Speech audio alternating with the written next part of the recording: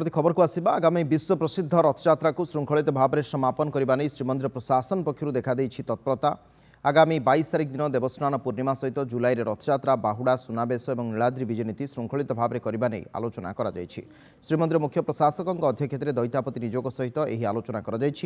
महाप्रभुंकर चलित वर्ष गोटे दिन में नवजोबर दर्शन और घोषयात्रा पड़ुवा हेतु से दिन किभली समस्त नीति समापन कर बैठक में तर्जमा कर स्नान पूर्णिमा परठारू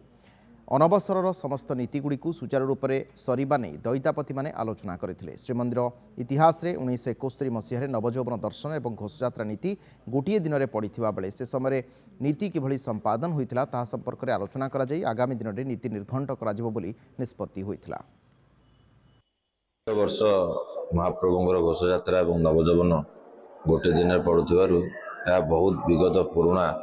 कागजपत्र को मंदिर प्रशासन काढ़ी विषय एक पुंखानुपुंख आलोचना चलता एवं आगामी महाप्रभुंर किपरि रथयात्रा श्रृंखलित भाव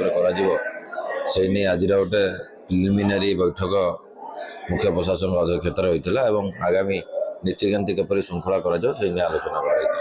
कर निश्चित भाव में रथयात्रा केमती सुरखुर हम भल हम से आज योजना कर रथयात्रा नवजौवन गोटे दिन पड़ू से गोटे द्वंद्व रही है केमी सुरखुर कर आलोचना